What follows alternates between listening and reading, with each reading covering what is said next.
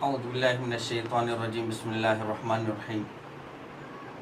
میرے انتہائی پیارے دوستوں، ساتھیوں، بزرگوں، السلام علیکم ورحمۃ اللہ وبرکاتہ۔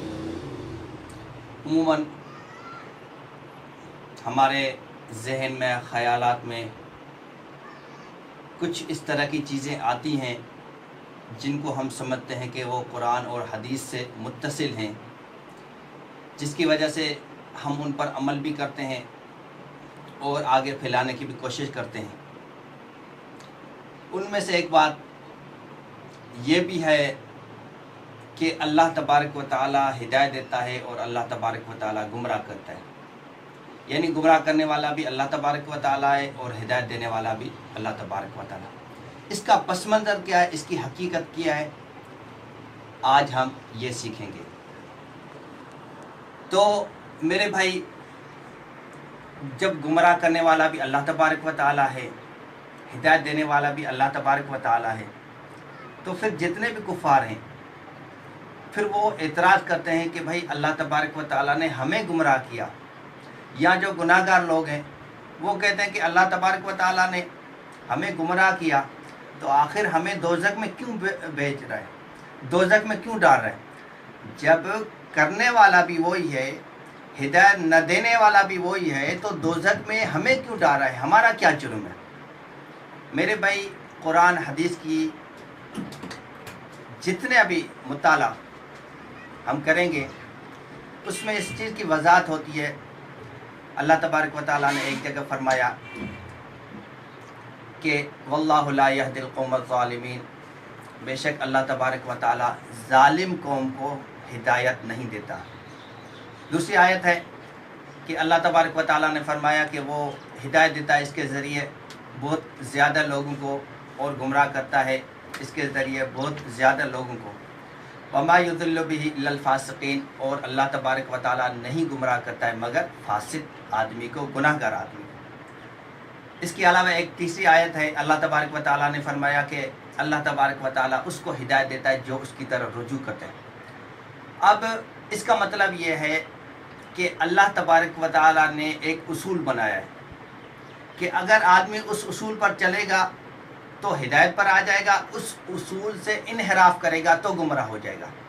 مثال کے طور پہ کہ نبی اکرم صلی اللہ علیہ وسلم کی حدیث مبارک ہے کہ اللہ تبارک و تعالیٰ نے فرمایا کہ بندہ جب ایک قدم آگے بڑھتا ہے تو اللہ تبارک و تعالیٰ 2 قدم آگے بڑھتا ہے۔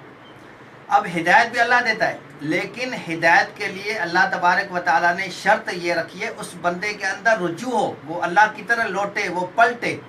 جب اللہ تبارک و تعالیٰ دیکھے گا کہ اس بندے کے اندر تڑپ ہے، کچھ سیکھنے کی جستجو ہے، وہ ہدایت کا طلبگار ہے، پھر اس کو ہدایت ملے گی۔ ورنہ ایک بندہ اگر جس کے اندر تڑپ نہیں ہے، جستجو نہیں ہے، وہ گھر بیٹھا رہے تو اللہ تبارک و تعالیٰ اس کو زبردستی ہدایت نہیں دے گا۔ یہ گولی نہیں ہے کہ زبردستی ڈاکٹر گولی ہمارے منہ کے اندر ڈال دے اور ہدایت مل جائے۔ تو گمراہ بھی اللہ کرتا ہے، لیکن اس کے لیے اللہ تبارک و تعالیٰ نے شرط رکھی ہے کہ جو بندہ رجوع کرے گا، لوٹے گا، میری طرف آئے گا، اس کو ہدایت دوں گا، اور جو فاسق ہوگا، جو گناہ گار ہوگا، جو برائیوں کو چھوڑنے کے لیے تیار نہیں ہوگا، جو اللہ کے دین پر چلنے والا نہیں ہوگا، اس کو میں گمراہ کروں گا۔ تو گویا کہ گمراہ اللہ کرتا ہے، لیکن اس کے قصوروار ہم خود ہیں۔ ہمارے اندر تڑپ نہیں تھی، ہم گناہوں کے اوپر گناہ کر رہے تھے، ہمارے اندر وہ جذبہ اور شوق نہیں تھا۔ تو عموماً یہ خیال اس طرح کا ہے کہ ہم اکثر مسلمان معاشرے میں دیکھتے ہیں کہ مسلمان کہتے ہیں کہ بھائی وہ اللہ نے جس کو گمراہ کرنا ہے، جس کو ہدایت دینا ہے، بس اللہ کی مرضی ہے۔ تو پھر ایک سوال یہ ہوتا ہے کہ عموماً ہم دیکھتے ہیں کہ یا کسی کو کہتے ہیں کہ ابھی نماز پہ چلیں، یار یہ نیکی کا کام کریں، تو وہ کہتے ہیں کہ بھائی جب اللہ ہدایت دے گا۔ بھائی اللہ ہدایت تب دے گا جب ہم گھر پہ یہ ارادہ کریں کہ آذان آنے والی ہے، ہم اس کے لیے وضو بنائیں، پھر اللہ تبارک و تعالیٰ ہدایت دے گا۔ ورنہ ہم بیٹھے رہیں، سوئے رہیں، کبھی اللہ تبارک و تعالیٰ کان سے پکڑ کے ہمیں مسجد میں نہیں لے آئے گا۔ تو اس کے لیے ہمیں خود تڑپ کرنی چاہیے، جستجو کرنی چاہیے۔ تو یہ بات ذہن میں رکھ لیں، اس لیے یہ الزام اللہ تبارک و تعالیٰ پہ نہ لگائیں کہ نعوذ باللہ نعوذ باللہ اللہ تبارک و تعالیٰ گمراہ کرتا ہے۔ پھر تو کفار جو اعتراض کرتے ہیں کہ اللہ تبارک و تعالیٰ نے ہمیں مسلمان کی دولت سے مالا مال نہیں کیا، ہمارا کیا قصور ہے؟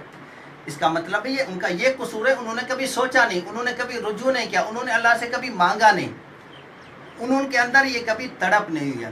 تو اللہ تبارک و تعالیٰ سے میں دعا کرتا ہوں اللہ تبارک و تعالیٰ ہم سب کو صحیح سیکھنے سمجھنے کی توفیق عطا فرمائے، اور آپ تمام مسلمانوں سے میں التجا کرتا ہوں اس طرح کے خیال ذہن سے ختم کر دیں، اور قرآن حدیث سے جو اچھے خیال آ جائیں، قرآن حدیث کی روشنی میں جو اچھی باتیں آ جائیں اس کو فالو کریں، اس کو آگے پھیلائیں۔ وما توفیق الا باللہ، جزاکم اللہ خیر۔ چڑیا بولی چون چون چون چون چون چون